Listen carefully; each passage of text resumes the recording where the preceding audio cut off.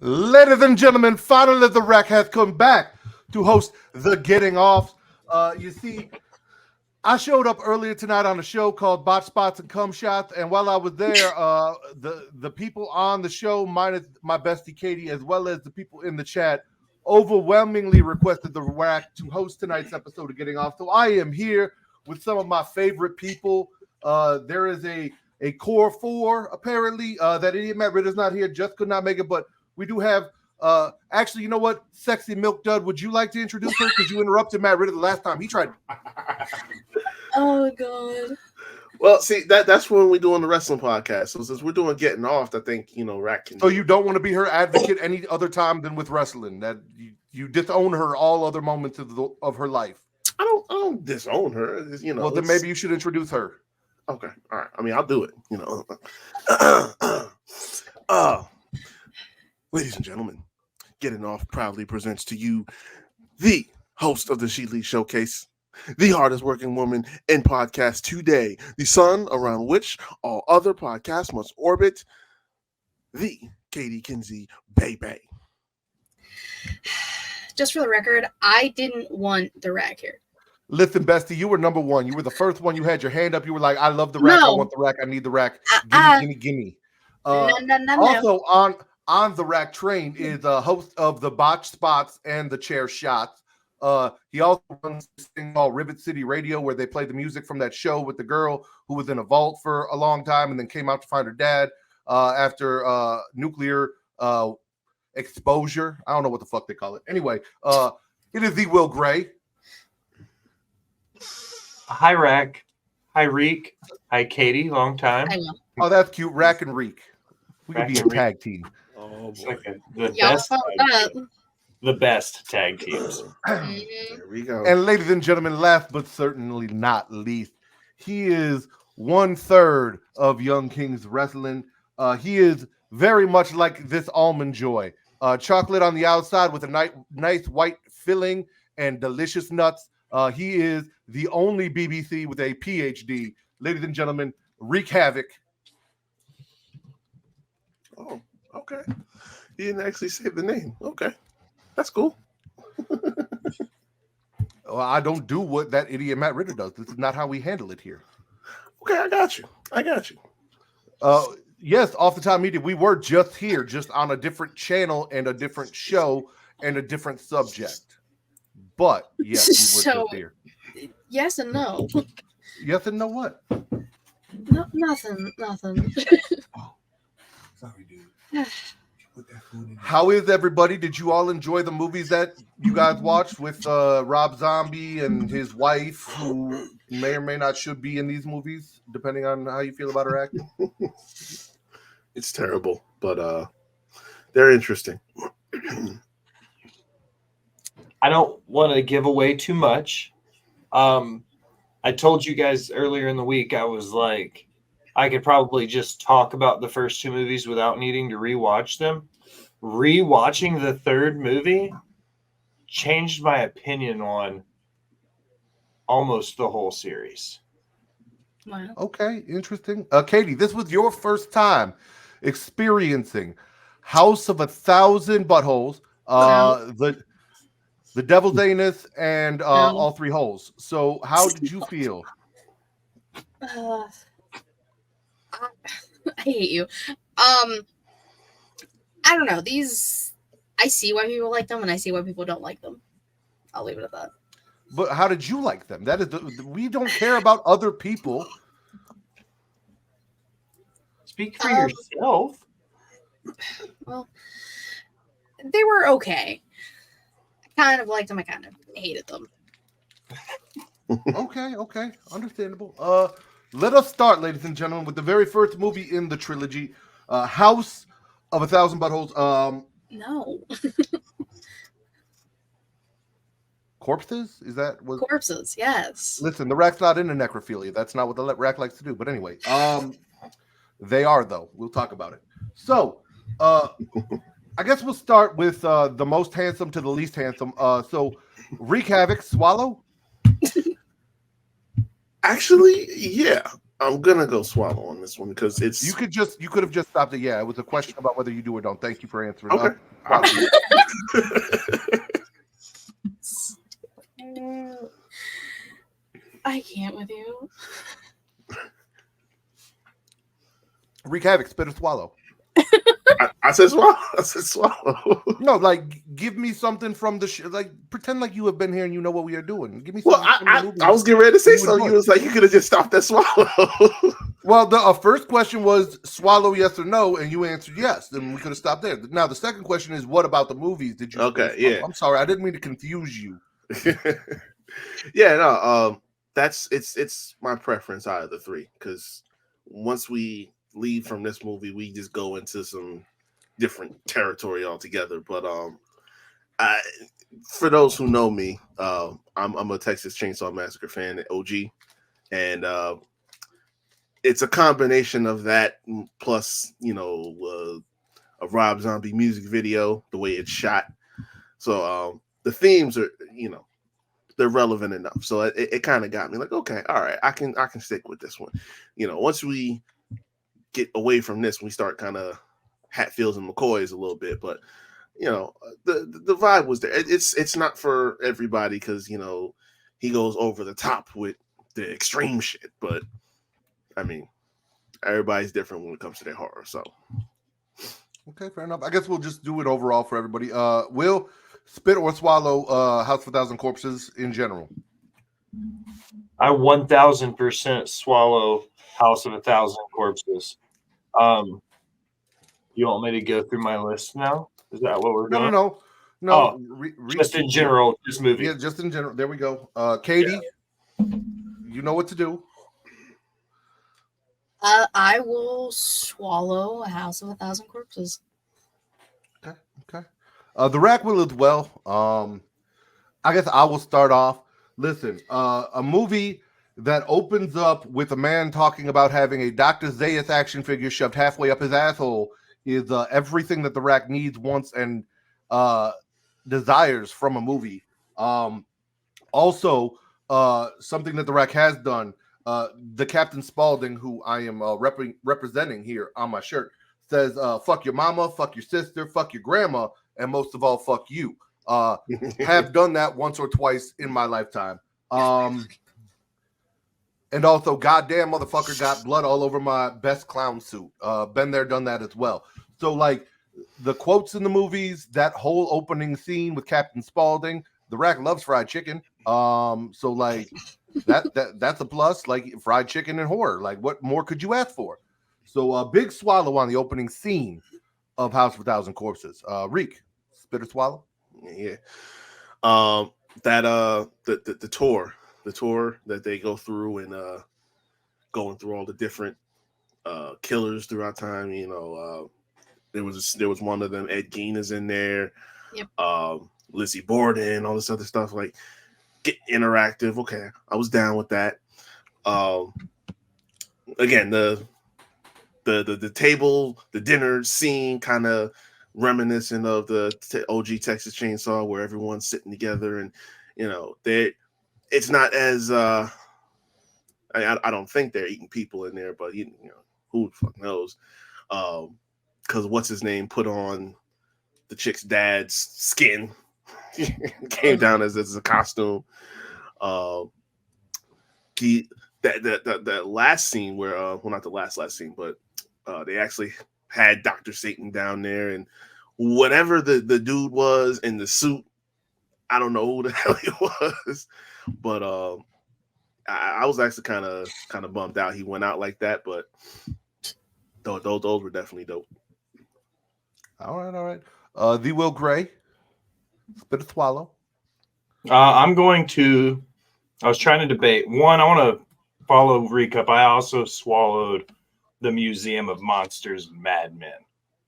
One, I think that's a dope ass name, and two, it'll follow into my first swallow, which is Sid Haig, and I think he needs to be given his roses as a horror icon at this point. Not just in this movie, but some of his other work. I feel like he's that anchor in this first movie that makes it good. So that way in number 2, you get a great movie. and then they give him his roses in the third, and he's there, but he's not there. So, like, we'll kind of talk about it as it goes. But my first big swallow, Sid Haig, horror icon. Okay. Miss Katie Kinsey Bebe. Big swallow. I'm just gonna start with a general spit.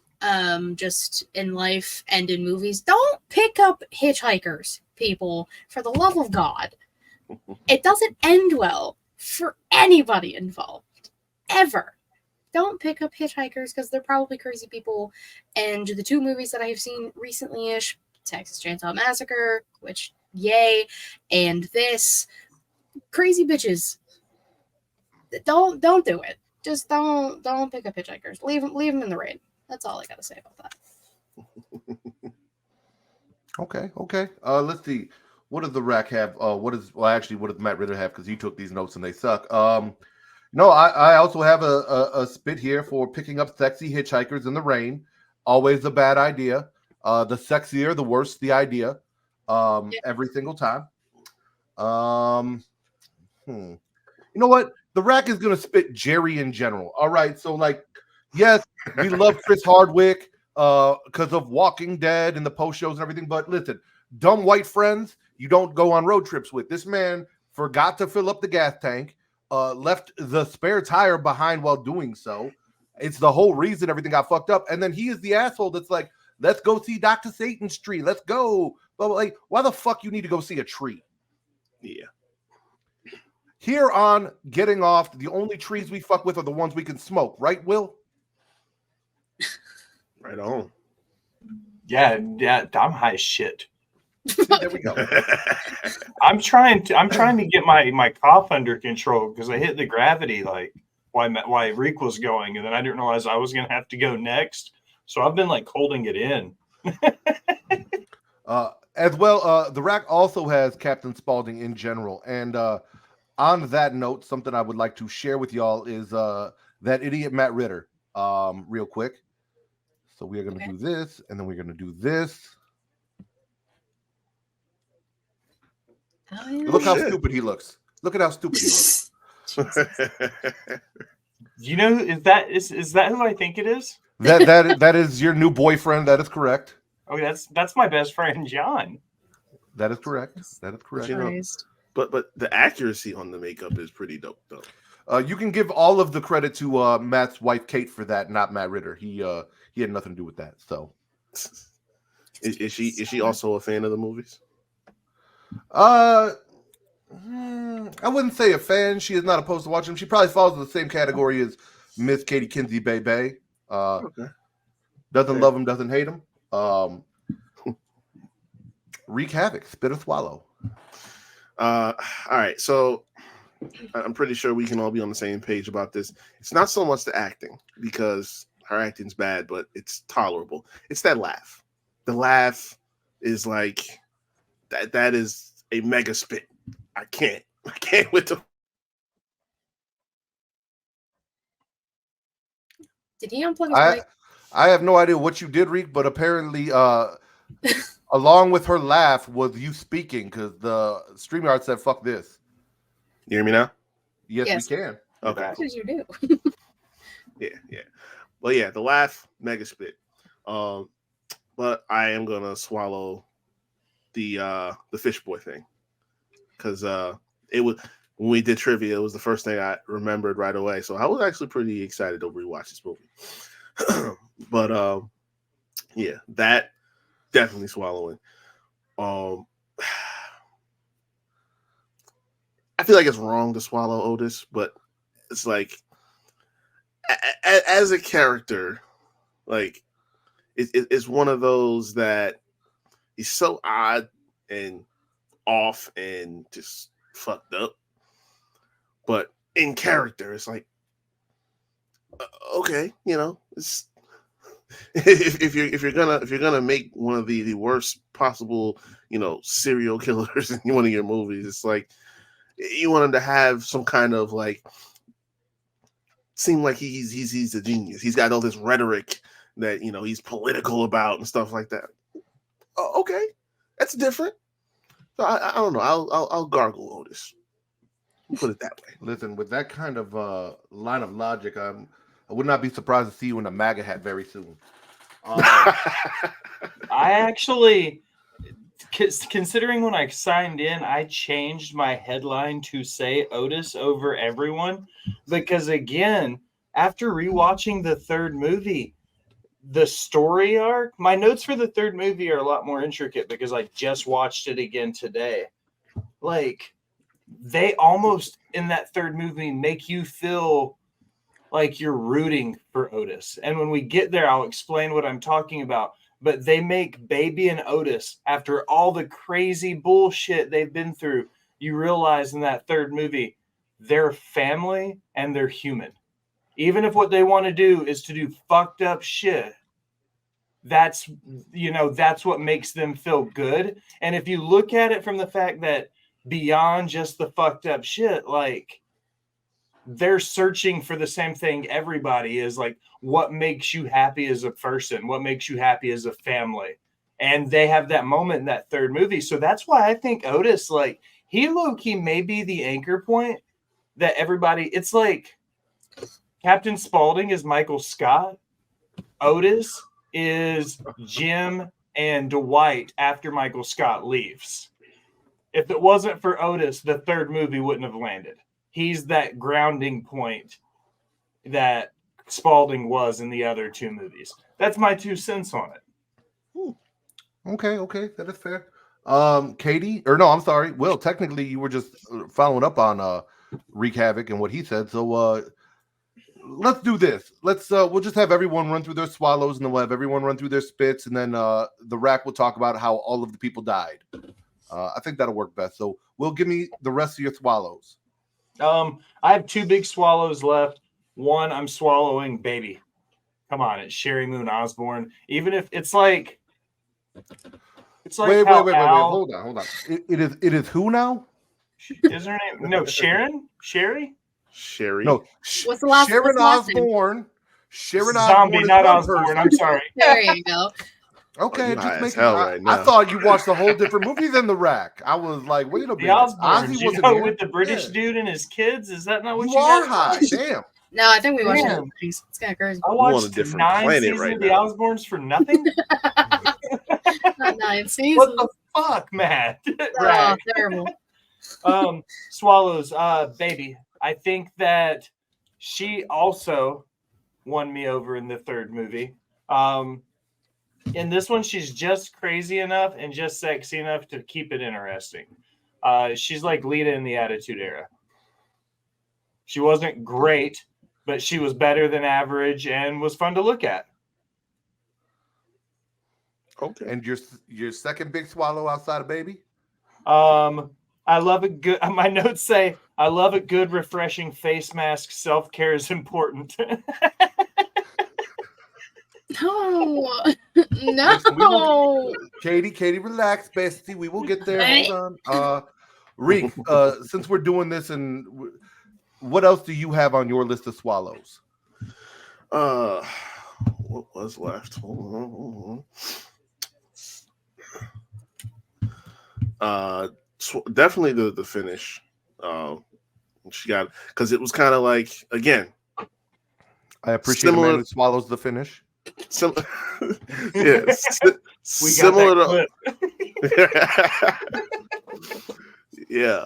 Well, yeah, similar to OG Texas Chainsaw was final girl gets away seemingly, but then we pull the plug the last minute because she's with Spaulding, and obviously that means she ain't really safe. Other than that, I think that was all I had. Okay. Yeah. Miss Katie Kinsey Bay, tell us what you liked since you decided to be like, I swallowed this movie, but I'm going to start with spits. It's the first thing I saw when I looked down. Leave me the fuck alone. A lot of things were already said. Captain Spaulding is probably my favorite thing about this movie. You guys talked about the Museum of, what is it? Mad Men and something? I already Museum forget. of Monsters. Monsters and Madmen. That, yeah, I liked that. As a typical white bitch who likes true crime and shit, that was right up my alley. I loved that. the color scheme of the movie. I mean, it's very like early 2000s type shit, and I'm all about that. I mean, this was 2003, so it makes sense. And I mean, just a little underrated thing. The cereal that Tiny was eating was called Agatha Crispies instead of Agatha Christie, and I thought that was hysterical. little humor for me, but I mean, everything else like I it's like one of the only things I like really noticed and like looked into. But I mean, out of the three, this is my favorite, but everything else was just like, it was fine. Okay. The Rack is surprised. We'll talk about it. We'll get there.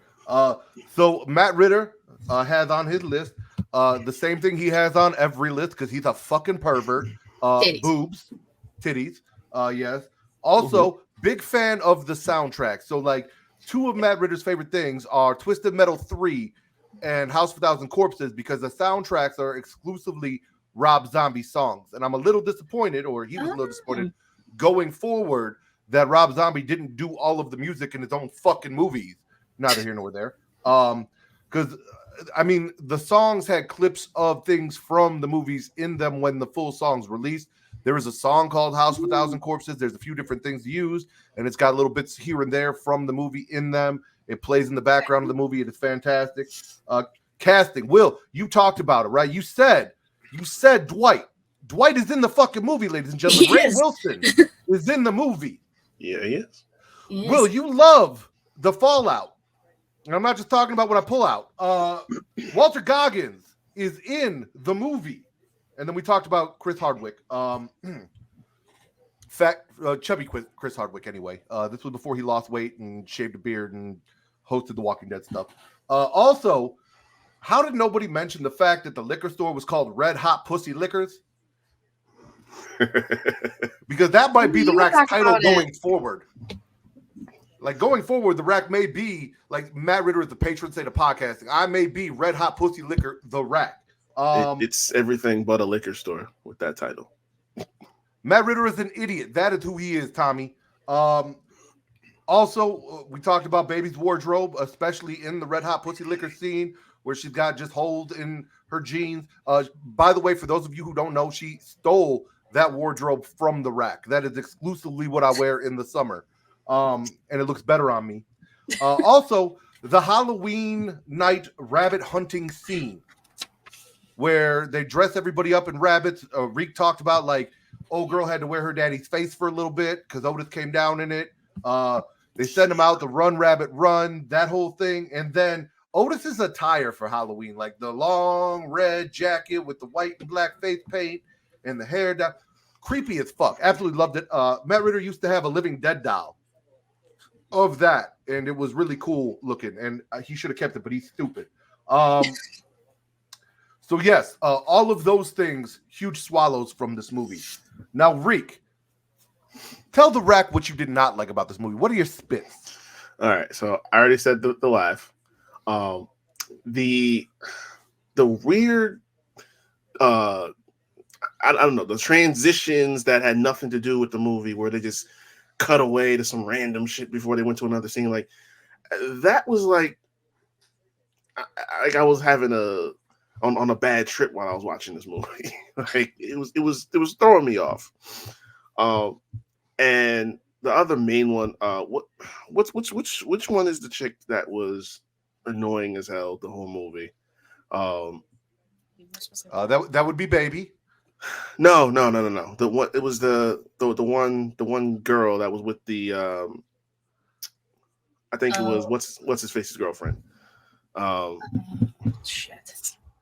Well, there was Jerry, who was Chris Hardwick. Yeah. Was Bill, who was turned into the fish boy. Mm-hmm. So was it Jerry's girlfriend? It was Jerry's girlfriend. It was Jerry's girlfriend. Okay, that is Mary. She was the attractive one. Okay. That's kind of fucked up, but okay. Was she the one? Was she the one that was always like annoyed, had the annoyed face on all day? Well, yeah, because Baby was trying to fuck Bill the entire movie. Would you not be? I get. Listen, if you and the Rack went out on a road trip and some man was trying to have sex with me, would you not be annoyed, Reek? Look, I'm not even talking about that.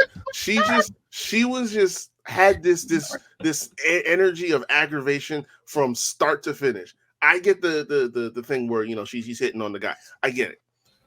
But it was just like from the second they showed up, he's like, "Oh, I don't want to do this. I don't want to do that. I don't want to go to dinner." Like, all right, listen, this is some weird shit that I wouldn't even be bringing my, if I was still with somebody, I wouldn't be bringing no girl around anyway. But it's like, yo, you got RBF the entire time. Like, Hey, I'm someone not with RBF, I take offense. Also, that is what the rest it's not like that about her. Like, Katie got all offended. She's like, "Hey, that's me. Listen, we all have preferences, right? I am sure that given the choice of a room full of men, you would not just be like, all the men are beautiful. You would have people in the room you found more attractive than other people. I found Mary to be more attractive than Denise. There is nothing wrong with that. I found Bill as Fishboy to be the most attractive out of everyone. It is Now what you're it just is. being egregious. How dare you? Oh man. Okay. I get that Will, one. what do you have for spits?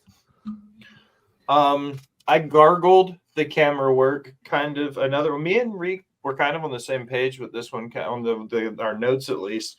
I feel like the cinematography gets better in every movie. By the time we get to the third one, with the transitions and the way they shoot the movie, where the camera peels in different directions every time, but they do it in a counterclockwise so they go down and then to the right, then up and to the left. So they all transition counterclockwise. I'm like, these small editing things really they make a huge difference when you're shooting the movie. The filters to make it look like the 70s at some points versus the currently shooting like they're in the hotel room. So I gargle the transitions here because the camera work just gets better every time they make a movie. I just wrote down in my notes, being scalped for missing quiz questions. I feel like that would be a vicious thing that Al could add to Boss Bitch Trivia. I was just going to say, this may be the new format for the Getting Off Trivia. You miss a question, you get scalped. Because it was Baby's favorite movie star or whatever, and he couldn't guess it. And then it's a personal thing. I don't like generic endings like the end. Like, everybody, if it's going to be a cliffhanger, just make it a cliffhanger. Don't make it so obvious that we go, okay, they're going to make House of 1,000 Corpses 2, which we got The Devil's Rejects. But you see my point. Like, to be fair on that point, Will, I don't believe Rob Zombie thought anyone was going to let him make another movie. So I feel like that was a sincere the end. Like, if this does well, maybe we'll do something more, but probably not. That sounds plausible. I think I would accept that and take it over. I hate the ending because I like it when they do, what is it? What was the name of that show? The one with the fucking family, Arrested Development. They knew halfway through the third season they were getting canceled, so they started making jokes in the show about getting canceled. You know what I mean? Like, I kind of like that, breaking the fourth wall stuff. So, I mean, I kind of like the idea that he was like, fuck it, the end, maybe. Perhaps. Well, hello, OG Butt Stuff. That is one of my favorite things is OG Butt Stuff. How are you today? OG Butt Stuff. All right. Katie, what else do you have for spits? My main thing that I don't like about this movie is the Texas Chainsaw Massacre aspects of it. I don't like. Why are you looking at me like that? We had a whole ass episode about Texas Chainsaw. Listen, hold on. I'm gonna let you finish. But this reminds me of what we just experienced, where Jaxpo was like, "My favorite match of the week was the Battle Royal on AEW," and then immediately afterwards, Allison's like, "The worst match of the week was the Battle Royal on AEW." Reeks out here like, as your advocate, I love the Texas Chainsaw Massacre, and immediately after, you were like, "Fuck the Texas Chainsaw Massacre." Crazy. We did find out Katie prefers Texas Dildo Masquerade, so I did say that. I don't know if that was ever live or anything, but yeah, that was a thing. So the skinning people, I don't like it. It grosses me out. to like a high degree, and I can't stand it. And the fact that that was like Otis's thing, and like wearing the dad's face. No, no, I don't like it. And like that abandoned ass like farmhouse in the middle of goddamn nowhere, and a family that's all demented and crazy. I just don't. I can't get into it. I tried to like the Texas Chainsaw Massacre movies. I did. I can't do it. Would you like to rebuttal, Reek? Go ahead. All right, this is the thing. It's not. I from that perspective of it, I can kind of understand because it is grotesque. But I mean, my thing is, as far as this movie, it's the parallels to the original movie specifically. Not so much what they do, but the fact that it's real reminiscent of that OG movie. Okay, it gets you a little squeamish. It is what it is. I'm not tripping off of that. But I just like the slander. The slander is terrible. But We did a whole episode where I slandered the series. Like, what do you mean? and I still don't accept it. But I understand. Listen, I sat through all the movies. I tried to understand. I tried to see the different perspectives from it. Texas Chainsaw just ain't for me. Okay. All right. That is fair. The Rack's only spit that has not been mentioned to close out the spits portion of the House of a Thousand Corpses is the fact that the Rack at one point during the movie felt like he was watching Botch Spots and Chair Shots when Yellow Shoe Guy was still a co-host. And that would have been when Grandpa was telling the jokes on stage. Yeah. That only Jerry found funny. Shocker.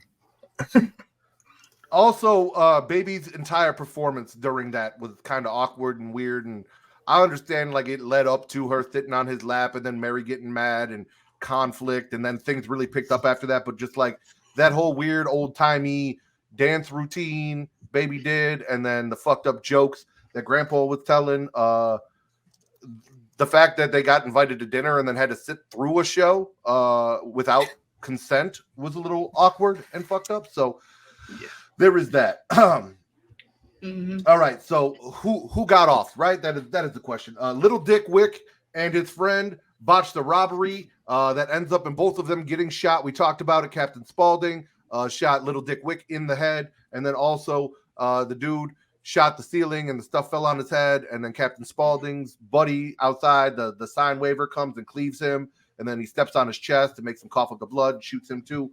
The Rugsville cheerleaders, all of the cheerleaders from Rugsville, apparently in Baby's bedroom, strung up in the shed, in Tiny's room, all dead in various ways.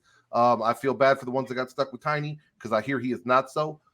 Bill, as you said, smashed in the head and then turned into Fish Boy. The sheriff, Denise's dad, and Walter Goggins all get shot. The sheriff, whose brother we are going to talk about very soon, gets shot by Mother Firefly. Denise's dad and the deputy gets shot by Otis. And then Denise's dad gets his face carved off. And he gets turned into a mask that is then used by Otis as he comes downstairs. And like, it wasn't just the mask. Like he took his chest, like his torso and everything. Like he revealed like a whole human bodysuit. It was very interesting. Katie loved it. With her favorite thing. Karen Murphy, carved up and tied up in the trunk of a car. We got her name when they opened it up. I thought that was Denise. Apparently it was not. Jerry gets scalped because he can't answer trivia. Fair. Used as a dartboard for throwing knives. Tortured.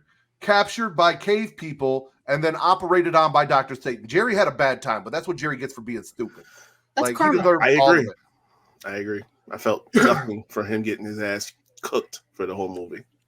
Mary gets pounced on by Baby and stabbed to death because Mary wouldn't let Baby fuck her boyfriend. So, like, that's on her, you know? Like, if you weren't into a threesome, just say that.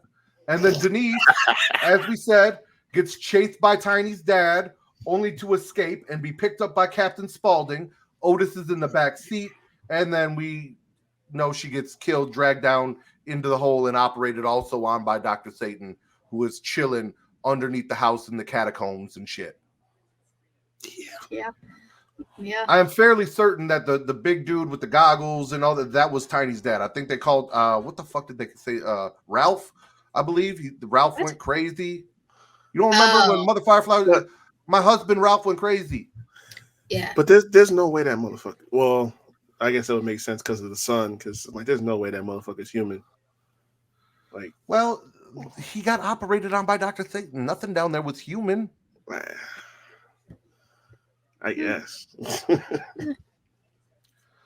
So I am actually fairly surprised, right? Because a lot of you guys said that House of a Thousand Corpses was your favorite of the trilogy.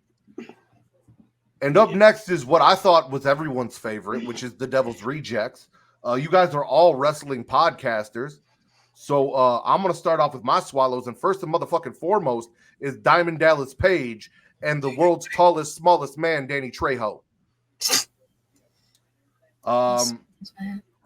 This movie also had a very Texas Chainsaw Massacre-esque feel to the opening with the news reports about them.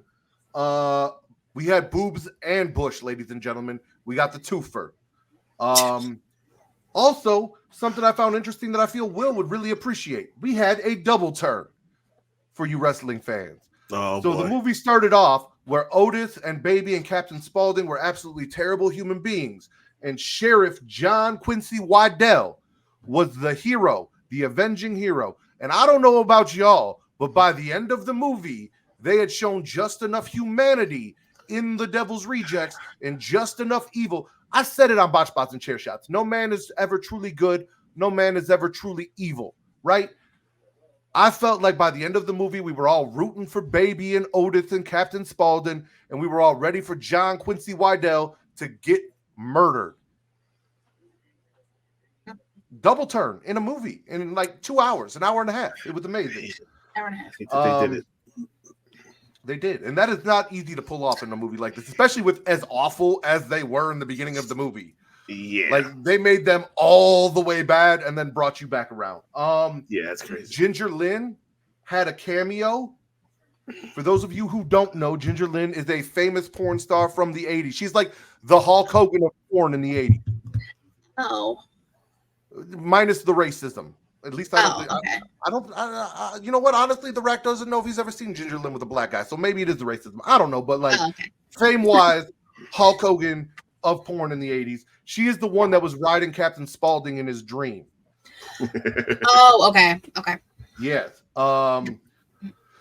Also, I mentioned DDP and Danny Trejo, but for those of you who don't know, Tiny was played by Tyler Mane, who also played Michael Myers in the Rob Zombie Halloweens. Yep. And Kane Hodder was also a cameo in this movie. What? And I think he was like a stunt coordinator or something like that on the movie. He may have been a stunt coordinator, but I'm pretty sure he played Rufus underneath all of the armor. Yeah. When they were shooting him up. Yep. I didn't know that. See, that's why I did my spits first, so I could convince you why this is an awesome movie. And when I get you, you could be like, I didn't say it wasn't an awesome movie. Wrong. I didn't even get to fucking say anything about it yet. I know, but I was just like, hey, listen, I'm gonna convince Katie, and she's gonna turn her whole thing around. But I think the rack is set enough, so I'm gonna save the rest of my swallows. Let you guys get some shit out because I took a lot of fucking notes on this shit. Reek, what other swallows do you have? Yeah, so I'm gonna piggyback off of that because the entire first, what was it, like 10 or so minutes was a complete, like, I feel like whoever made Texas Chainsaw 3D completely ripped off this opening because it's basically the same thing from both movies. You know, you get the flashback of, okay, this happened at this house, all these murders, blah, blah, blah. A bunch of cops are showing up, families in the house, getting armed up with all their weapons, shootout ensues. Technically, they kind of lost that one. They had to retreat, you know what I'm saying? And, you know, we get the intro into the title card going forward and all that stuff. But that opening scene, again, I can't not love it. Well, that never mind. That's a spit. I was gonna doing something different. But yeah, like just in general, the reason I say House of 1,000 Corpses was like my pick overall is because I felt like once we get into Devil's Rejects and beyond, I don't feel like we're talking about a horror movie no more. I feel like we're just like maybe it's some thriller, maybe it's a western or something like that. That's the vibes I got from here on out. You know what I'm saying? I'm definitely swallowing DDP and Danny Trejo. I was about to say Machete because that's like his nickname at this point. Yeah, definitely swallowing them. The scene where they just pull up and just start blasting everybody when they at the I guess the brothel that they were at. Brothel. Yeah, that whole scene, swallowing that. And the ending scene where they just like ride out like Thelma and Louise about to shoot shit up and then got it. Oh, how the fuck? I've never seen that picture. Damn. Do you think you are privy to everything that Matt Ritter does? I mean, at this point, think. I feel like. I just want everyone to know Yeah, that that the way. ugly person on the left is about 5'8", so that will tell you how tall Danny Trejo is. That's crazy because I always thought he was tall. The biggest little man in movies. Yeah, so the closing scene definitely, and a lot of people kind of shit on the mom because she was played by a different actress or whatever. I thought it was pretty good. I really did. Okay, so on that note, one of the things the Rack has written down, or Matt Ritter has written down in his notes, I personally actually preferred Leslie Easterbrook to Karen Black as Mother Firefly. Her performance in this movie was less campy, more evil, evil mother, sadistic. Yes, no, less like flirty, seductress murderer. But it still had a little bit of that, like I'm kind of an old whore in there, which I appreciate. I preferred as an old whore myself. I sympathize. So yes, no, I preferred Leslie Easterbrook to Karen Black personally. Yeah, no, like the first movie, she was all like groupie mom, and it was a little bit of that, but not not totally as much. I'm definitely swallowing the sheriff, and specifically that descent into madness because he's having the flashbacks, seeing his brother and stuff like that, and it's like you just see him change. Like at one point he's just like we're gonna get these motherfuckers, we gonna put them away, we gonna kill them, blah blah blah, and then it's like nah, we can't do this the right way. It's like he wanted to do things the right way, and then it's just like that shift happens where it's like, nah, we can't do that. Like, they all gotta die, and so that's when he hired DDP and Danny. Like, yeah, I need you to go figure out where they at so we can pull up on them. So yeah, that's what I got. All right, Will swallows. We're doing swallows. That's what we are doing. We are swallowing. That's what the Rack loves to do. That's what we are doing. Swallows. You talked about the way the scripts were written in the first one. This movie has two of my favorite lines. When Captain Spaulding is hijacking the kid's car with his mom at the gas station towards the beginning. What's the matter, kid? Don't you think I'm fucking funny? Like that whole interaction, like about talking about coming back and like, if you don't give me a reason, I'm going to come back and kill your whole family. Like all of that. Otis, I'm the devil and I'm here to do the devil's work. Like real simple to the direct lines. And this is one of those things where I think House of 1,000 Corpses is the cult classic because it was his first, but his writing got better as these three movies went along. Halloween is a different world in Rob Zombie because he was taking somebody else's story and kind of recreating it in his own words. This was stuff he was writing and creating from his own mind. And you can see the evolution of how he was telling the stories. I look at it and I'm a very green, as in like, I've only taken like one class in it and I've been making the documentary, but they talk about when you film things, your story arc, and they talk about a circle with 8 points. In the first movie, it was really chaotic in his storytelling. The second movie was a lot more direction. You saw where the apex was and the resolution and all of the key points in cinematography. And then by the third one, it's like he really fucking got it, you know? And like I said, having rewatched the third one now fresh, like my opinions on all 3 movies changed. I said something that made him take the glasses off. That's how you know he's serious. Well, so I don't want to do this in the accent because I agree with a lot of what you said, but mostly it's the quotability of this movie. So you talked about, what's the matter, kid? Don't you like clowns? Don't you think I'm fucking funny? So the whole thing, he's like, excuse me, man, but I have some super important clown business that supersedes any plans you may have for this vehicle. And she goes, what's that about clown business? Did I stutter, bitch? Then you get to, as you said, I am the devil and I am here to do the devil's work. But on top of that, I have 3 more lines that I found extremely quotable. I think his name was Wydell too. Was he kin to you? Yeah. Tutti fucking fruity. Also, And last but not least, something I'm sure Will's heard in Tennessee. Now y'all ain't planning on fucking these chickens, are you? Wow, that's crazy. The entire chicken fucking scene and the clown business scene are probably my 2 favorite scenes in the movie that don't involve murder. Yeah. And I forgot to mention this. A PJ Souls cameo, I'm always going to swallow that too. Mm-hmm. For obvious reasons. What else you got, Will? Well, first, I'm going to feel real fucked up with my next swallow because I know Rob Zombie and his musical influences. He's talked about it in interviews and stuff, how he takes influence from bluegrass music stylistically because of the way bluegrass is written and stuff. So the fact that the band was Banjo and Sullivan, I was like, that's cool that he would have a bluegrass band be the ones that everybody gets murdered.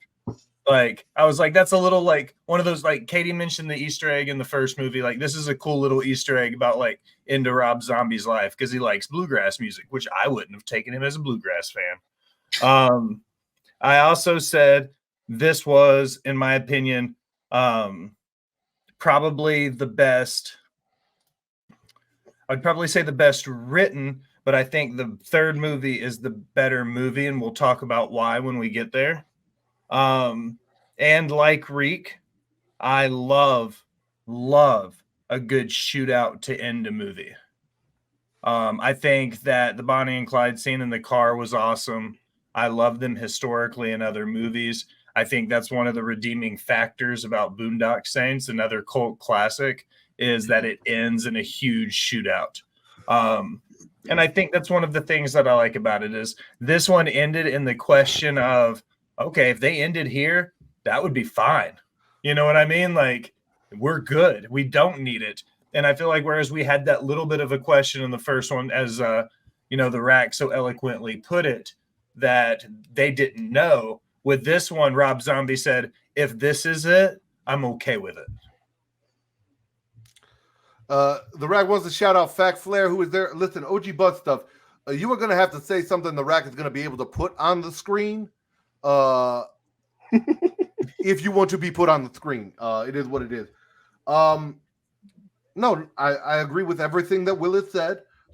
Sorry that Matt got crass and insulted Tennessee. He is an asshole. I am not responsible for the things that he says, Will. That was offensive, and I'm sorry. Katie, what are your swallows from The Devil's Rejects? So I also, ironically enough, did have the opening. I don't like Texas Chainsaw, but I do like the opening of those movies. And I have said that on record many a time. Jesus Christ. Don't put it up. No. Who's that girl? Putting that no. Another one? These are the best nights. These are not the best nights. They are. Another one? Oh. Listen, the Rack gets hit on by gentlemen all of the time, Katie. Every now and then we got to spread the love around, all right? Oh. Fuck. This is gonna All be right. fun. This is gonna be terrible. So the opening I liked. I did like the fact that you started with a shootout and you ended with a shootout. Very interesting. I got beef with the ending shootout that I'll talk about in the third movie. I put hella famous people. DDP, obviously, Danny Trejo. No one mentioned it. Tara Strong, who is one of the best voice actors of all time. Like, she's Timmy fucking Turner and countless other cartoons.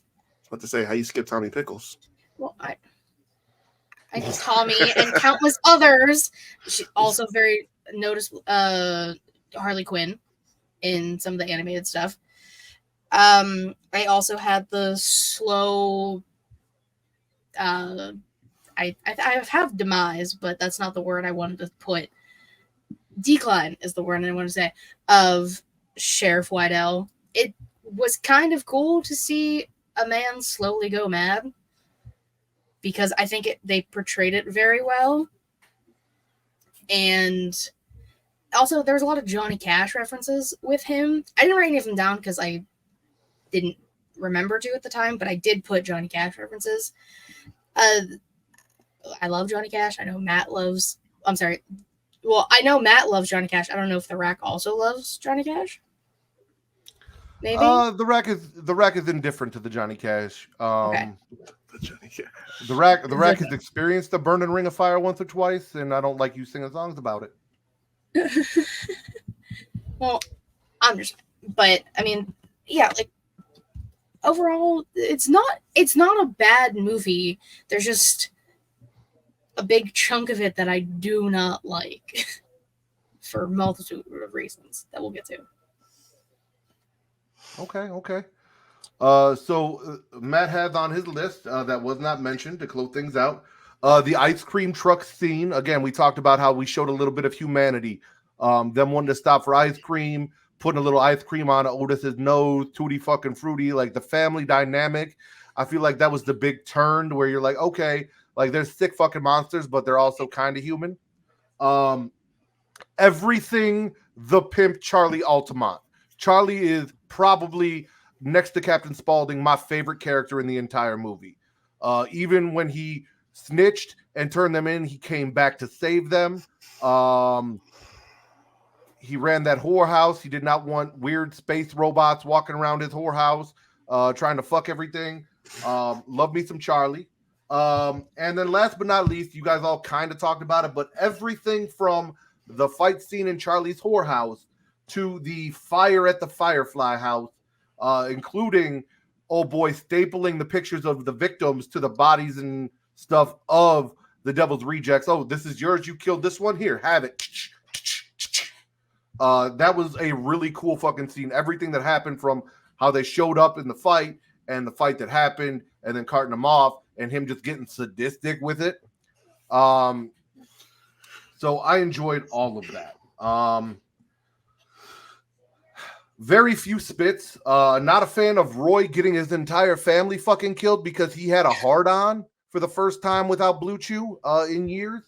The very uncomfortable scene with Otis and Gloria in front of Ray and the crew with the gun and the blowjob. That even made the Rack kind of wince a little bit. Also, we talked about in the pre-show, we asked like the question, what is the difference between a genealogist and a gynecologist? I need someone to look up this family tree because I don't understand who is related to who and how. Like, is Captain Spaulding both Otis and Baby's father? Are they half brothers and sisters? Tiny had a different dad. Who is Rufus's dad? How many people has Mother Firefly slept with to have children? I need to see. Huh? You're frozen. You're still talking. We still hear you, but well, that is weird. Visually, yes, visually, you are. Yeah. Listen, at least it is a good picture. Oh, there we go. Hey, look, I am back. All right. So there you go. Yeah. Is Mother Firefly everybody's mother? Are they all half siblings? I need to know because like Baby calls Captain. Why am I doing this anyway? Baby calls Captain Spaulding daddy. Yeah. But I don't know who's father and mother and so on and so forth, except we know who Tiny's dad was. And then the chase scene with Baby. It smells like rabbit. How it kind of paralleled Oh, actually, that was a swallow. That wasn't a spit. I don't know why I put it in spits. But when Sheriff Wydell was chasing Baby and says it smells like rabbit, it kind of paralleled the chase scene with the rabbit stuff at the end of House of Thousand Corpses. That part I really did enjoy. So it was really just those three things, like genealogy, the scene in the hotel room, and then Roy getting his entire stinging crew murdered for a boner.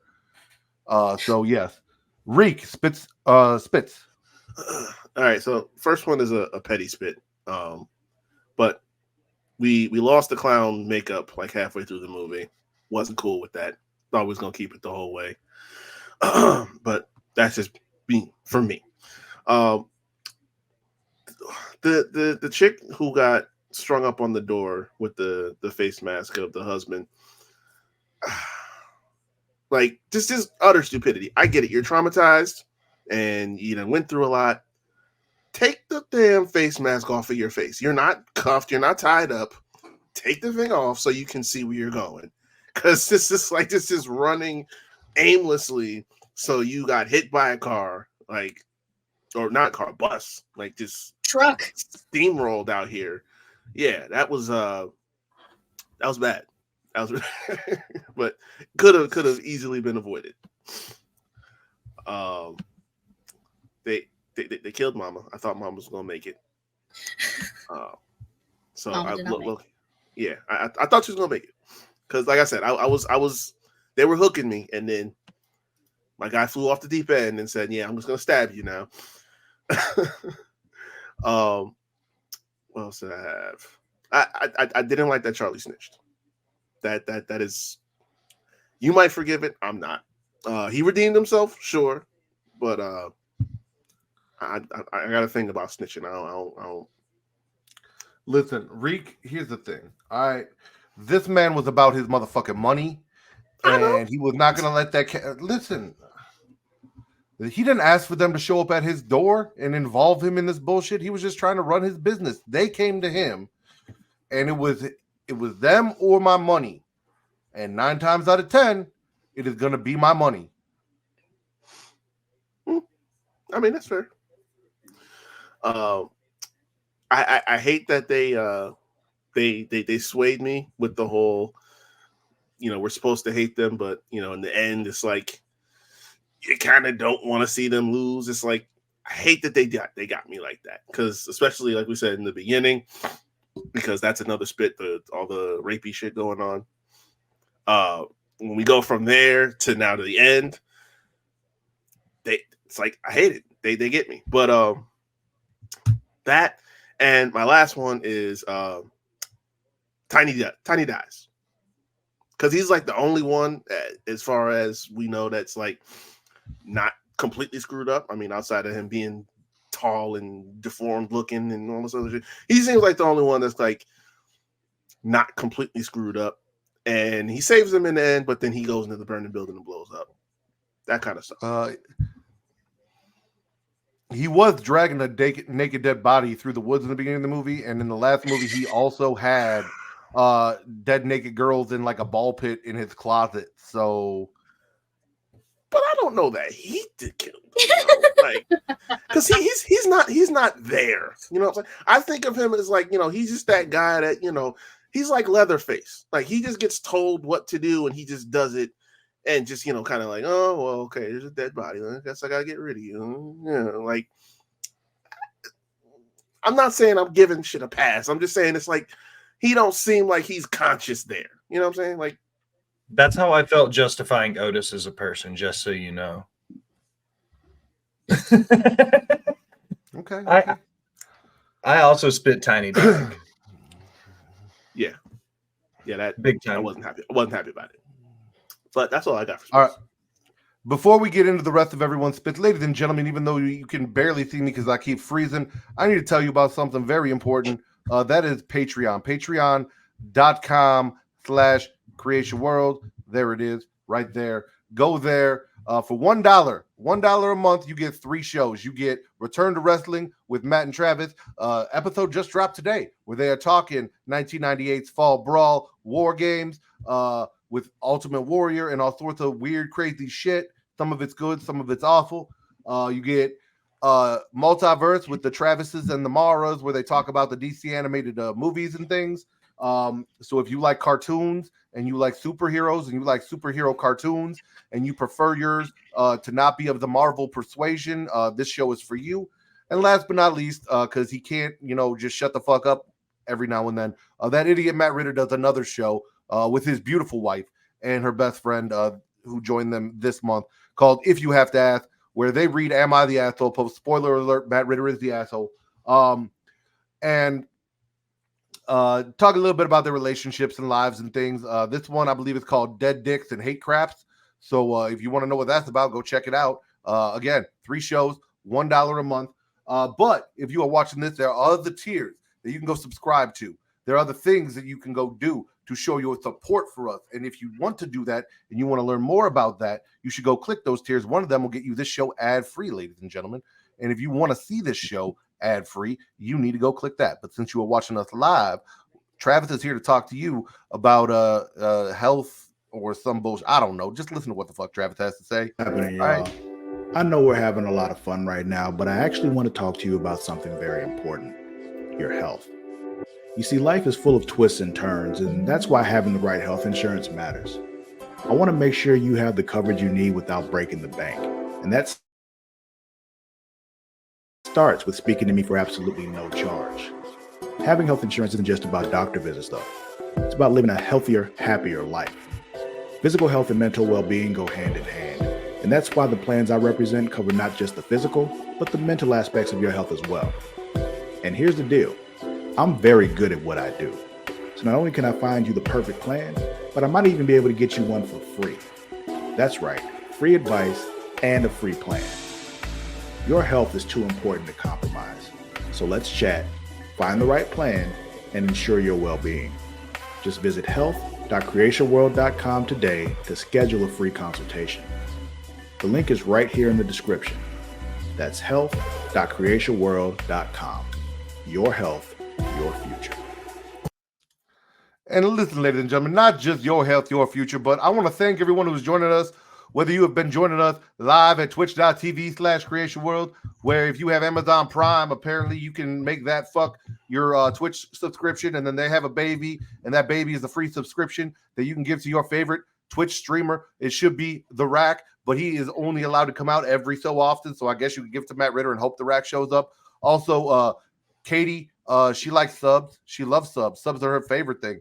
Just so anyone in the chat that is listening has any questions about that, Katie loves subs. Go sub to Katie at the Sheely Showcase. Or Bot Spots and Chair Shots, Rivet City Radio. They do a thing where they take subs and they have a lot of cool shit. Go do them. Actually, do either of them before you do Matt Ritter. But if you're going to do somebody, I guess do Matt Ritter.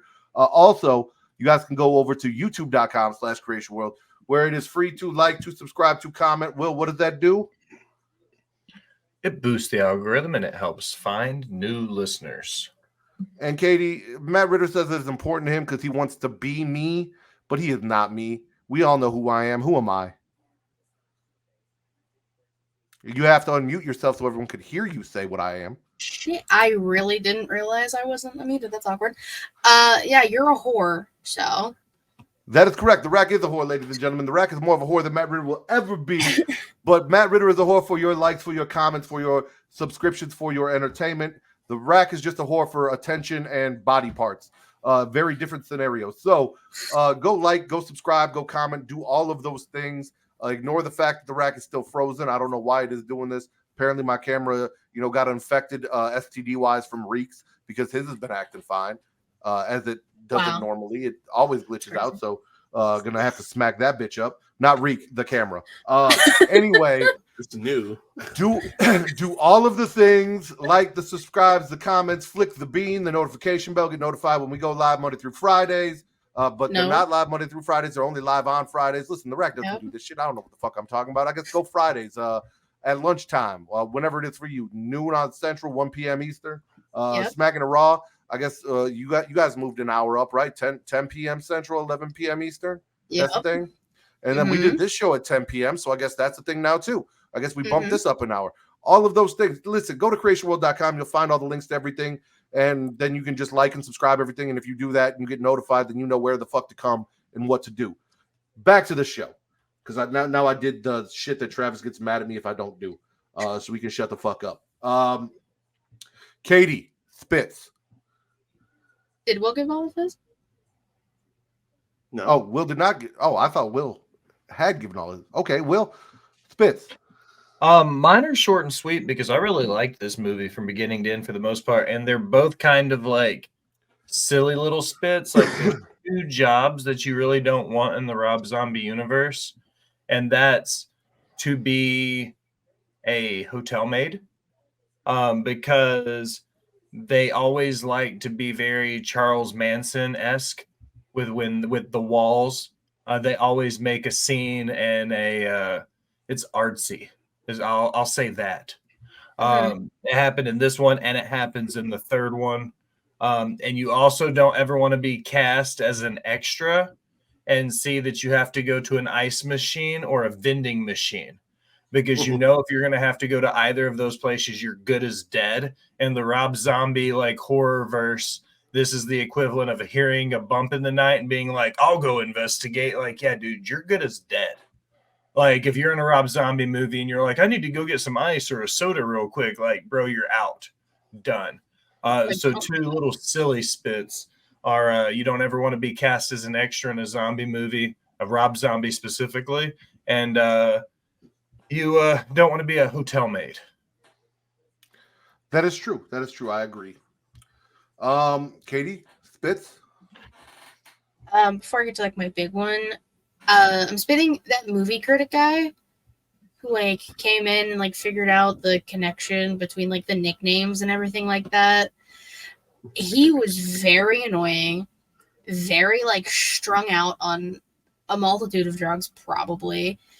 It was just, I get it to like understand why they picked the nicknames or whatever, but I just thought that was kind of useless, and he was useless as a person. He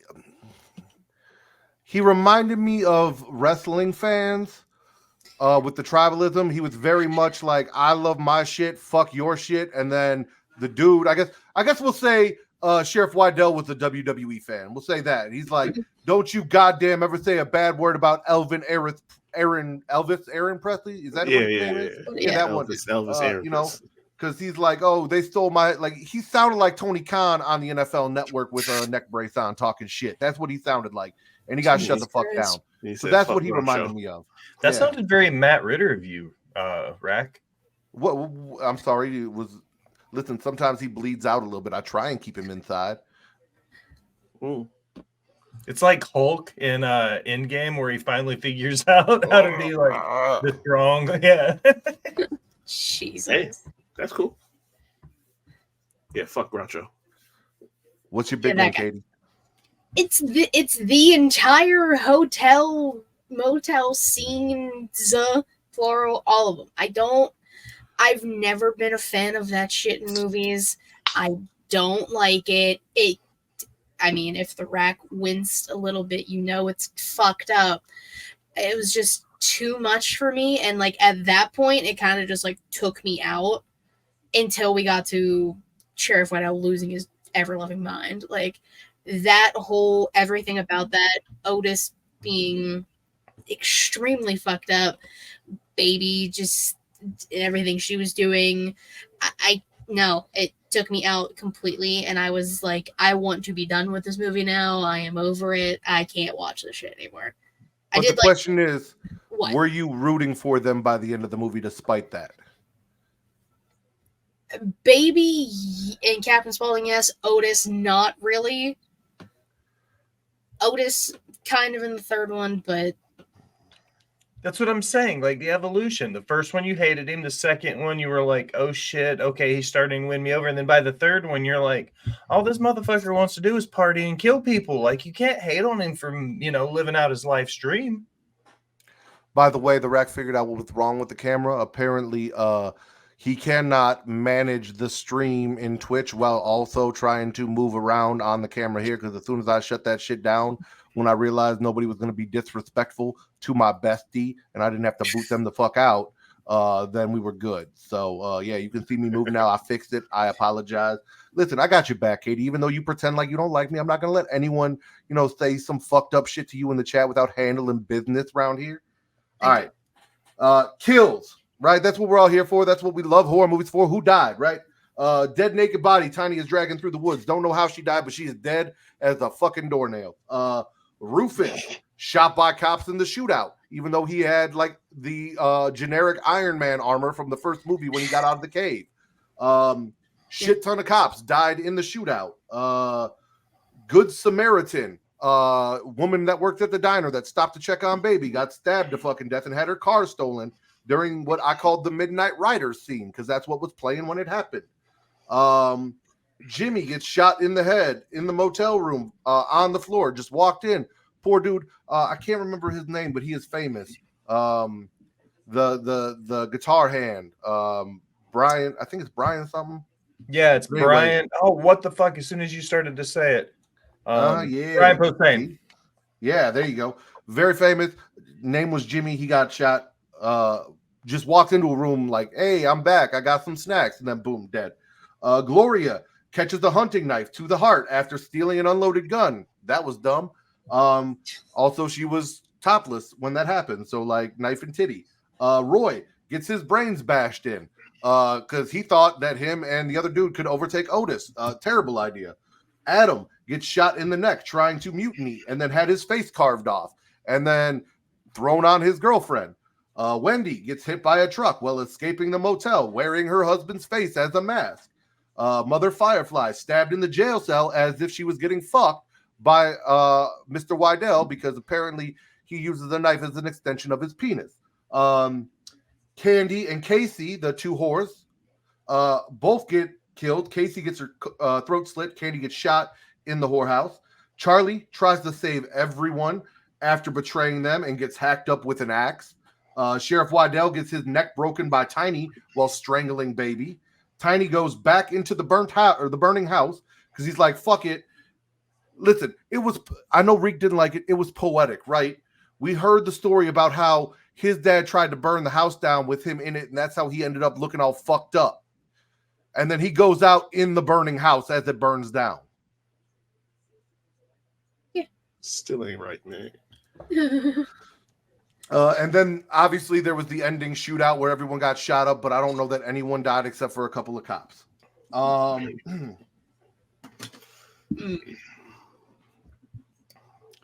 Any more thoughts before we move on from the Devil's Rejects? No, I'm good. All right then. 3 from Hell. I will be back before he finishes because I always come back before Reek finishes, but I'm going to step away and let Reek do his swallows. And should I not make it back before he finishes, if he finishes early for once in his life, Will, then you just go next, okay? Oh, man.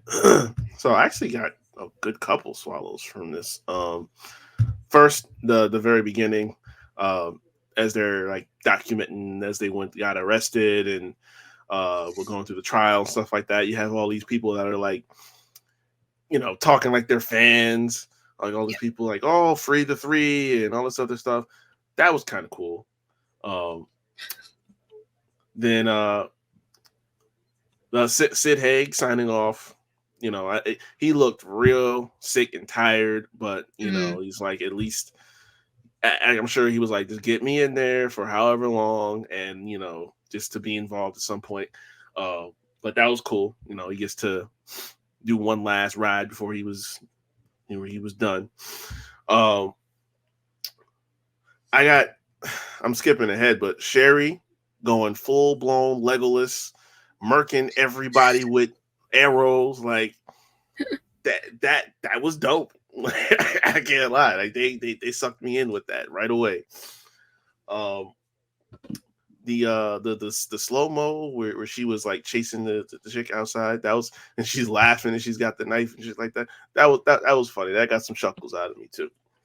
Murked the shit out of her too.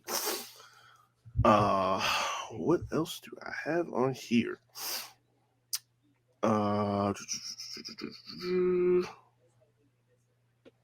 I know I had more for this. Oh, He was not. He was not. By the way, he was not Cat Williams. what? The prison scene where the PO tried to set up the two big scary chicks on Sherry, and she just like cut everybody up Scream style with the guts on the floor. And I'm gonna do this one just for Katie. The last face removal of this trilogy. Because it literally looked like a Leatherface face hanging onto that tree. Because I'm always gonna swallow homages, so gotta give it to that. All right, so I'm listen. The Rack's not going to hold you. I did not love this movie. I've watched it 3 times. I am not a huge fan of this. This is the least favorite of mine, so I don't have a lot of positives to say about it. So I'm going to get some out of the way, especially because I want to beat Will to a point because I had it in my notes and I know it's coming. First and foremost, I do enjoy the fact that they played off the cult-like following that they basically got in the last movie from the double turn. So like. Everybody we knew was rooting for them by the end of the movie and talking about, oh my God, like by the end of the movie, even though they were so horrible. And then, as Reek said, like the cult like following, everyone's like, yeah, no, free the 3, blah, blah, blah, blah, blah. Like, I love that they played off that.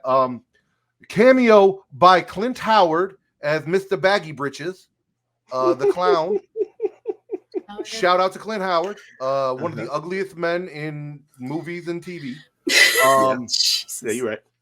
Not just boobs, but a lot of boobs. And not all of them were nice boobs, but all boobs are created equal, or not all boobs are created equal, but Rack loves them all. That is what I meant to say. And then last but not least, the Luchador Mafia and Hispanic Hornswoggle.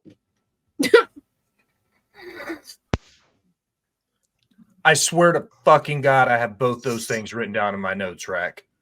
I listen. Again, the Rack is privy to things. I saw you come in the chat and mention, did we not all think this was Hornswoggle? I literally also went and looked up the IMDb to make sure I was not crazy and then listed him as Hispanic Hornswoggle in my notes. So the Luchador Mafia and Hispanic Hornswoggle. Shout out. Will, go ahead.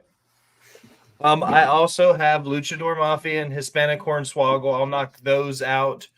I will start at the top. Favorite movie of all time is Shawshank Redemption, and it's prison heist. This movie had 2 prison heists, so I was excited for that. Some of the one-liners and the quotes. After Otis has broken out, the conversation with him and Winslow and the argument as to who's Bogart, like who's the star. And that continues later when they're in Mexico and Baby's like, let's be fucking clear. I'm the star of this show. Like, and they continue that back and forth between them. Like, who's the bigger criminal? Like, and like, I loved that. The dialogue in this movie was great. I literally wrote down Reek. More face masks, more self-care. There you go. I said Baby makes quick work of Greta's friends when she gets sent to the hole. And that very Michael or like Halloween Kills-esque scene and like the sewer scene. Like I was like, that felt like a Halloween Kills moment. Swallowing Baby losing her mind. And finally using the bow and arrow, the luchadors. That's it. Those were all of mine. I've got quite a few like mine are my spits are just like. Wait, we're not there yet. Hold on. Wait. Katie's got to do swallows, and then we'll get back to you for your spits. Don't let me Beauregard your time real quick. But incels may be hump free. The Rack is not. Katie, spit or swallow. You mean my swallows? Not spit or swallow? Yeah, just do the. You know what you are doing. Do not fuck with the Rack, bestie. Come on, I don't host all the time. You fuck with me all the time. I feel like it's not fair. I do it a little bit. I never fuck with you. Bullshit. I fuck with Reek because he is sexy as fuck. I do not fuck with you. He does fuck with me. Anyways, I had the I just called them the cartel. As a swallow, same thing with Baby going all fucking Sacagawea with the hat, the bow and arrow, and everything like that. Luchador Mafia. No. Just let me say what I want to say. There's not a lot. Literally not a lot that I liked about this movie. But those are two of the big things. The prison heist things were interesting. I liked that. Baby really just like lost her goddamn mind. And just like she was crazy before, but now she's just like The cat crazy. scene where she's meowing at the ballerina cat. Yeah, and then she gets all depressed when the cat vanishes because it's not real. She's crazy. I did like that, but that's and the leader of the what are you calling it? The luchador. The Mafia? Luchador Mafia, Katie. I'm doing my best. The fact that they had like Danny Trejo's son be the leader and get his revenge, or try to get his revenge for Otis killing Danny Trejo in the beginning. Okay. So now I'm about to pretend I am Katie Kinsey talking about the Texas Chainsaw Massacre franchise. First spit, this movie in general. And here is why. Everyone was too old for this movie. They waited too long to make it. It was The Devil's Rejects without any of the charm of The Devil's Rejects. I didn't like this version of Baby. We leaned way too far into the crazy after pulling away from it in the last movie. We leaned way too heavy back into it, and it wasn't like the flirtatious, sexy crazy. It was just like, it almost felt like she was trying to be her mom in the second movie, but not hitting the mark. All right. Okay. Also, the fact that all three people survived after having a 1 to 1 million chance of surviving when they got shot. You can't tell me that there was a 1 to 1 million chance and 3 of them survived. It's what it is. I didn't like Winslow Foxworth Coltrane, ladies and gentlemen, because where the fuck was he the last 2 movies? I understand that we could not have Captain Spaulding because he was old and sick, and honestly, he died a few days after the movie was released. However, if that was the case, we could have just offed him and had Baby and Otis go. I didn't need. Also, this is the guy that tells like the weird jam and jelly joke in Halloween, and then gets his jaw fucked up by Michael Myers. Anyway, he's the coroner. His Rob jaw, Zombie, he got his head removed. Yeah, I did not. Didn't he have like a piece of glass sticking out of his face or something when the car crashed? Anyway, he spat out blood. I don't know what he had in there. Also, Sid Haig was fit, or we talked about Sid Haig being too old to do anything. So, like, they gave him the scene where he got to say his shit, and then they told us that he was executed. Satanic overkill. And this is for the whole franchise, right? Like, you have the Unholy 2, the Devil's Rejects, the 3 from Hell, the Black Satans. Like, I feel like we are jumping the shark with the satanic gimmick just a little bit too much. Like, not everyone has to be Satan or the devil or from hell in this. And then the biggest spit is the fact that this is the final movie. It is the send-off, and they fucking live. Yeah. True. Yeah. True. Okay. Reek, your spits. Okay. If any. No, I got a good couple. Since you mentioned it, everyone was too old, and a lot of this shit. That weird slow-mo with Sherry when she's coming out to do the parole hearing, like, I don't know what that was about. I think what was the dude's name, Carlos or whatever, when they got down there. First off, if you go to another country, you don't just trust some old fuck who's sitting in the chair, and he winds up being shiesty anyway. But yeah, gotta give him that one. What's his face that played the clown? Not spitting him. I'm actually his name is Clint Howard. Clint Howard. He is the ice cream man. Yes. Yeah.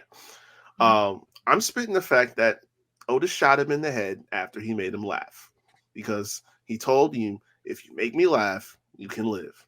It took him pissing himself, but he got a laugh and he killed him anyway. Can't trust you. Not cool. Now, I don't know. I just know this isn't a swallow. I don't know if it's a gargle, if it's a spit. I don't know what it is. The sprinkling just the lady's ashes on the table, like It's fucked up. It is fucked up. But I don't know where to put it. I guess probably a spit, but I don't know. What I was was more weirded out fucked by up? What was more fucked up? The scene inside the warden's home, which we weirdly transitioned to his wife being naked when they got back, or it was his friend's wife because like they were the only interracial couple in the 70s, and they were both hanging out in town. Or the hotel scene in Devil's Rejects. What was more uncomfortable? Definitely Devil's Rejects scene. Yeah. Again, same movie without the charm. Continue. Good point. Last one. They killed Sebastian. Little Hornswoggle. They killed him. Why? Why did we have to do that? He didn't deserve that. He didn't. He's a real one. Okay. No, he did deserve that because hold on. No, wait. Okay, hear me out. Right? What was the Luchador Mafia there to do? Get revenge for the murder of dude's dad. And what did Little Hornswoggle do? Aid the murderers. Luchador Mafia was in the right? Like they as bad as the mafia is, they were in the right. And Little Hornswoggle chose his dick over the right.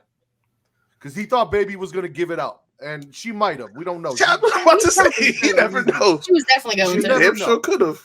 She also said that he reminded her of her fucked up, deformed brother. And as far as I know, there was a lot of necrophilia and cannibalism, but no incest. So who knows? Well, we don't know. You never want to hear you remind me of your brother. And when you do hear that, you tune Run. the fuck out and be like, okay, this isn't going where I want it to go. It doesn't make sense because he's like a third the size of her brother.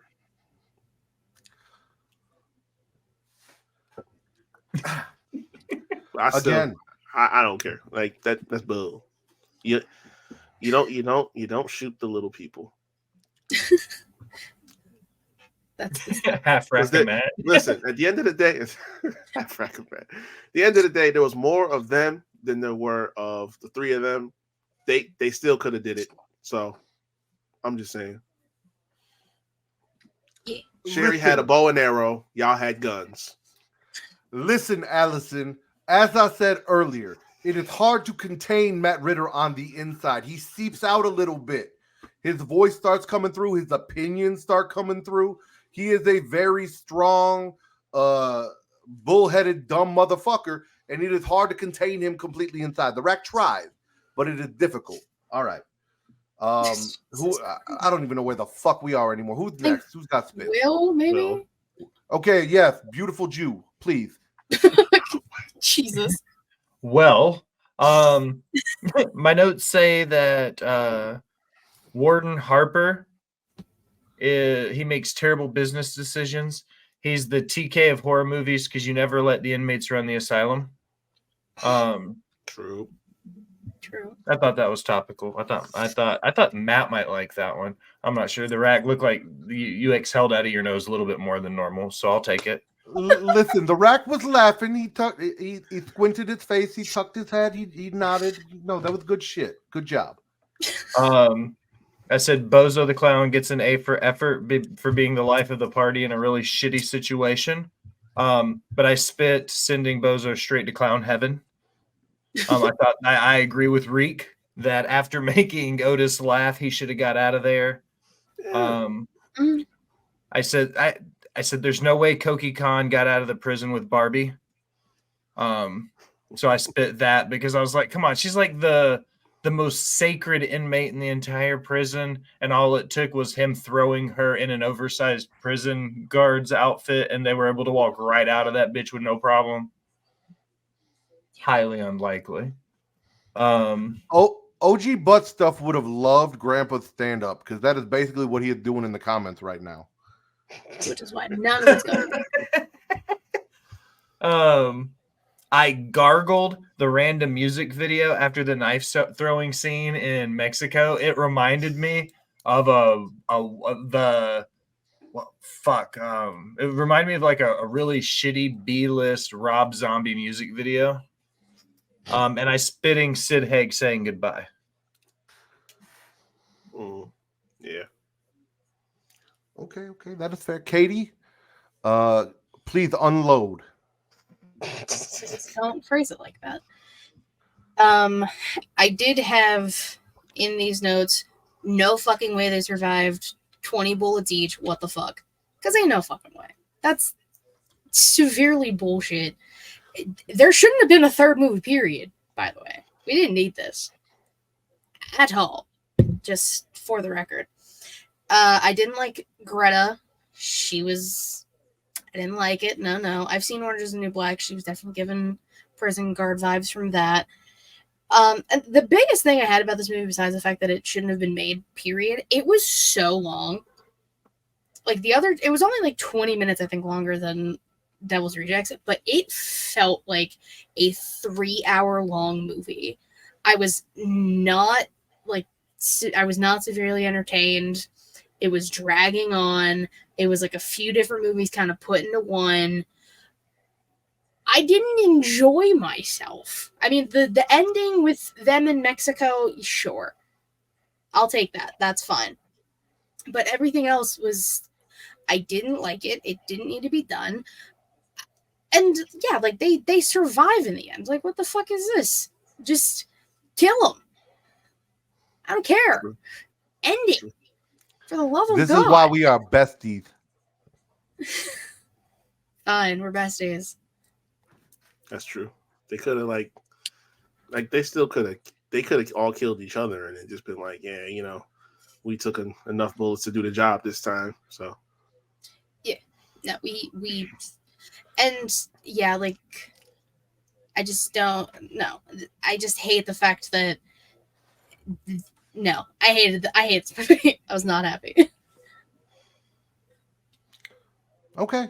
Well, let us talk about who died in this movie, because again, that is what we are all here for. The Captain Spaulding was executed. Rondo, which is the name of Danny Trejo from the last movie, Yes. He gets killed on a chain gang, which I didn't even know they still had those then, but I guess they did. After he is rescued by the Midnight Wolfman, after Otis is rescued by the Midnight Wolfman, there's a vigilante couple trying to capture Otis and Winslow. Dude gets shot by Otis with a shotgun to the face. A woman gets her face peeled off and then tied to a tree, which was Katie's favorite part of the movie. The two prison lesbians get shredded by Baby with a prison shank after Baby got set up by the prison guard to be killed. Did not work. We talked about Mr. Baggy Britches, shot in the head and sent straight to clown heaven. Greta got choked the fuck out by Baby in the warden's office during her escape with the warden. Not Matt Ritter. Not Matt Ritter, by the way. Male dinner guest. I don't know if we got his name, but the black dude at the dinner. Stabbed by Otis on the floor while already bleeding the fuck out from a shot to the belly. The female dinner guest, his white wife. I don't know if there was I don't know if he was maybe related to the warden's wife or maybe he married the warden's sister. Again, no family dynamic, no genealogy, no. It just feels weird that the only two interracial couples in town hang out together. Neither here nor there. Anyway, she gets stabbed naked on the lawn in front of everybody because she tried to run away and escape. Butt-ass naked, mind you. The warden's wife is shot in the neck by the warden on accident. Then gets her throat slit by Winslow. The warden is shot by Otis. At the Halloween party, the cultural appropriation white guy in a mustache and sombrero gets killed by Baby near the motel vending machine. Mexican prostitutes shot up by Lucha Mafia. Various Lucha Mafia men with arrows and knives and guns from the three. We talked about, Baby with the bow and arrow and all of that. Carlos gets shot up by Otis in his El Camino. Carlos would be the old man that gave them a place to stay and then also ratted them out. Otis kills El Gigante in a machete fight. That was kind of cool. Nobody even mentioned El Gigante. I didn't know what his name was. It wasn't El Gigante, but he reminded me of El Gigante. About to say, I didn't know that was. I was like, I'm pretty sure he might have like passed away. He did in the movie in a machete fight. You saw There, it. you're right. Hispanic Hornswoggle gets shot in the head for being stupid, and then Aquarius gets burned alive in a coffin at the end of the movie as the three escape. It was Aquarius, yes, same birth sign as Matt's little sister, Aquarius. That's the craziest name. I do have two questions. Well, it's really one put together. This is kind of a, if you look at it from Sebastian's point of view, this is a very good anti-drug slogan because this dude used to be a criminal. Now he works at this hotel. He's trying to clean up his life, and he uses drugs, and then everything goes to fucking shit in his life. So it's like, kids, don't do drugs because all of your friends will die. And I also feel like I was like, this was maybe one of, like, we haven't got there yet. We'll talk about which one was our favorites and stuff. But like, that was kind of the thing. His story arc went real fast. It was like you meet him, everything gets explained, and then it's over. Yeah. Yeah. So I got tired of how I was basically just slipping out of the impression, the voice. So that's done and over with for now. But Will brought it up. Not just which was our favorite, but please, Reek, rank these movies 1 to 3.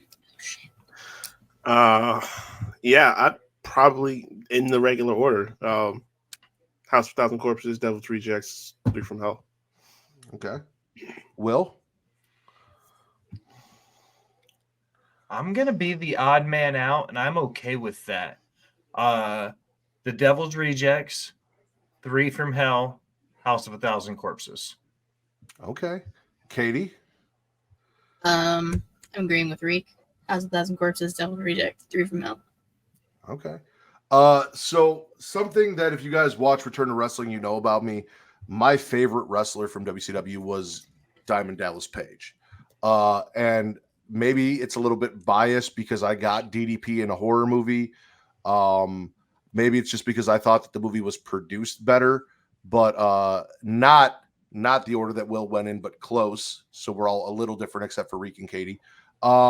It's Devil's Rejects, House of 1,000 Corpses, and then 3 from Hell.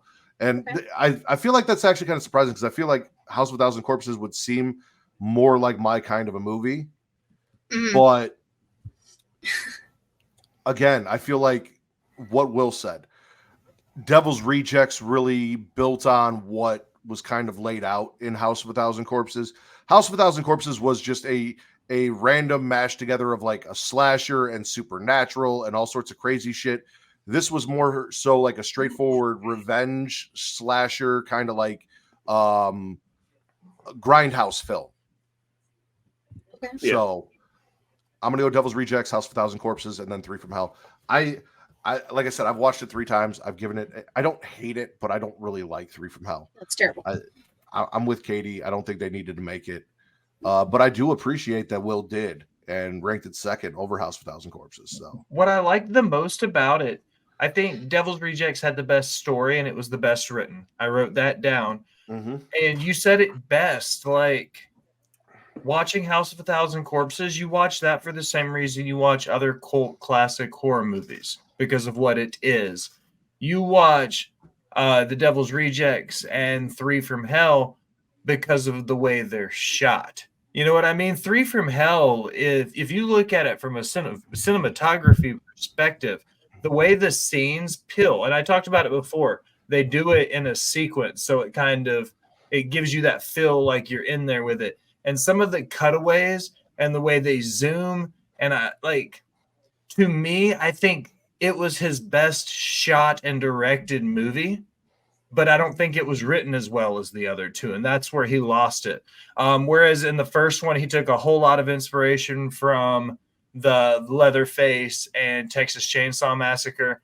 And then in the second one, he kind of grew into his own with the story and went away from that. In the third one, I feel like he took all the best pieces and brought it together. Because, like Katie said, it was like felt like 3 different movies put together, and that was like Rob Zombie's Frankenstein. That was the point of it. Because if you look at it, it could be the horror movie Shawshank Redemption. I can see that. I personally feel like Rob Zombie has a little bit of an issue finishing a story. Halloween 2 ends terribly, even though it kind of starts off good after he builds on his remake of Halloween, which I personally enjoyed. Again, we did House of a Thousand Corpses, which I've grown to love more and more over time. Devil's Rejects, which I feel like is the Empire Strikes Back of the franchise. And then 3 from Hell kind of falls short. Like, there is good aspects to it, but for me, he has a problem culminating his work, right? Yeah. But that is the Devil's Rejects trilogy. I think before we plug everything, there's only one way to end this show, ladies and gentlemen. If you want to have a good time, you take that chicken, you cut its head off, and then you stick it on the end of your dick, and you go, ah! Are you saying I would take a chicken, cut its head off, stick my dick in it, and go, ah? Are you calling me a chicken fucker? Well, listen, I'm not calling you a chicken fucker, but that boy there looks very sexually frustrated. Yeah. Jesus Christ. No, Well that was done. hilarious. Devil's done, sir. Rejects is the most quotable of the franchise, in my opinion. There's so many good lines, so much good writing. I fucking loved it. But I want to thank you guys for joining us today. I hope you enjoyed the show. If you had just tuned in now and that's all the fuck you heard, I apologize. Katie, tell everyone where they can find you and the things that you do. There you go. Right way this time. Yeah, you can follow me on Twitter, KatieWrestling13. Link to about to Gal Think She Showcase, twitch.tv/She Showcase, and youtube.com/She Showcase. Typically like 6:15-ish Eastern, because Savannah's always late and she says it. I can say it too. We just did this. I was just on Botch Bots and Chair Shots. I wrote things on my Substack, which is in the link tree. You can go check that out. I'm gonna do my Patreon thing tomorrow, finally. So that'll be out because that's a thing. So yeah, there you go. All right. Will, Botch Spots, Chair Shots, Rivet City Radio. You're absolutely right. That's it. Thank you, Greek. No, I'm just kidding. First and foremost, as always, Matt, I appreciate you allowing me to be the honorary use of Smacking It Raw and Getting Off. 2 of my favorite gigs every week, every other week when I have a chance to be here. If you're interested in my shenanigans elsewhere, if you find me anywhere on social media at The Will Gray, you'll also find my link tree at The Will Gray. With that, you'll get everything I do for Botch Spots and Chair Shots, Rivet City Radio, and my writing profiles for Last Word on Sports and the Sportster. There you go. Reek, tell them about the show where you guys pretend wrestling is a sport. Bazinga. It's funny. Yeah. So you can find me everywhere at Recap24. You can find the show where wrestling is a sport everywhere at ykwrestling.com. You can find links to the show, all your merch, got some on now. And of course, the Havoc Hour, which is, as Matt so affectionately puts it, the precursor for this show. Sports, entertainment, movies, everything. At the Havoc Hour, got the Instagram page and on all streaming platforms, Spotify, Anchor, and YouTube, which is the most entertaining, of course.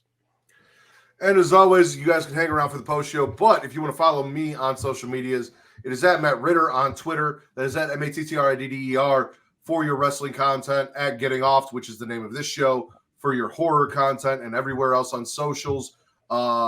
TikTok, Instagram, Threads, Blue Sky at Smacking It Raw, which guys get you guys a little bit of everything. Go check out creationworld.com. It gets you links to everything Creation World, whether that's Smacking It Raw, Getting Off, the Creation Conversation, the shows that I mentioned on our Patreon, all of that good shit. For Miss Katie Kinsey, Bay, the Will Gray, Dr. Reek Baker, BBC, because I'm not letting you get away without saying it, and our gracious host for this episode, The Rack. I am the patron saint of podcasting, the Warden Matt Ritter, and this has been your #1 horror movie podcast on places where you can find people having sex on Ginger Lynn's internet. No.